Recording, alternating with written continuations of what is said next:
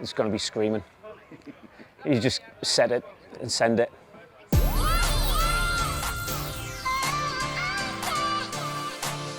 The amazing thing about the Musto Skiff group that we have here is over 50% of them are from overseas. So there's representatives from Switzerland, Armenia, but I think one of the things about people who are dinghy sailing is their willingness to really put in, and as I was saying with the Mustos and the B14s as well, they come from everywhere to be part of this. So it's an honour to actually be able to host these events for people who are so dedicated to their sport that they're prepared to travel and put the effort in to come. And it's not just the number of hours it takes to get here, but the preparation, and then once they're here, it's a good week to 10 days of effort to actually be part of the Worlds. We're truly blessed. I mean, Woollahra is about 70 years old, and that whoever it was that came here with a few of their mates and wanted to store their boats here just coincidentally picked the most beautiful location. You know, to sail on Sydney Harbour, to be able to sail and look up the harbour and see the Sydney Harbour Bridge and the Opera House. I think for anyone who doesn't get to do that on a regular basis, it's the most exciting thing.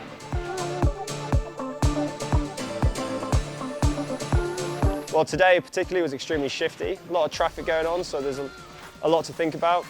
But downwind as well with these breezy conditions, the boats get pretty loose. So just trying to keep the thing going in a straight line is a lot harder than usual here. But so far, so good.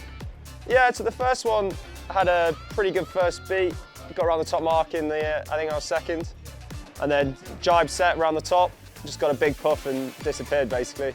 And yeah, everyone else just sat in a big hole, and I managed to basically, yeah, I think I pulled half a leg on people just down that one run. So I was just then managed that race to get round. And then the second one, yeah, I didn't have the best start, but kind of dug myself out. And I think I rounded again in the top 5, but I got taken out by a couple of B14s down the run.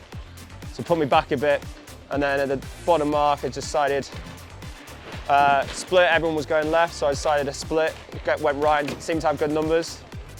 And just kept sailed over that way and got a big old shift back up and ended up round the top mark in 3rd. And then Danny Bowman very kindly fell over in front of me. And then yeah, I couldn't quite catch Andy down the last run, but I gave it my best go. Yeah, I think it was good. I mean, today didn't really get a gauge on too much boat speed stuff, but the main thing for me was just felt comfortable in the bow. I was happy tacking and, you know, throwing the boat around the course a bit more than we probably have done normally. But yeah, I think today was a bit of an offset, and then I think the rest of the week should be good. Honestly, anyone. Danny was going well. Danny Boatman, he was up there. He just made a couple of very small mistakes that cost him big, and then the Aussie guys, I didn't really see their potential, I don't think, today. So I'm still Mateus and John Newman, I think, are going to really push hard, and obviously Andy, who won the second race as well. It's all open. Boat-wise, there's nothing else, I don't think, out there that makes you do everything all at once. Technical, but once you get to it, it's a great boat to sail.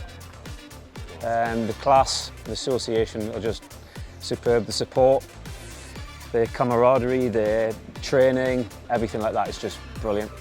Aim as high as possible, so I'm aiming for like half the fleet.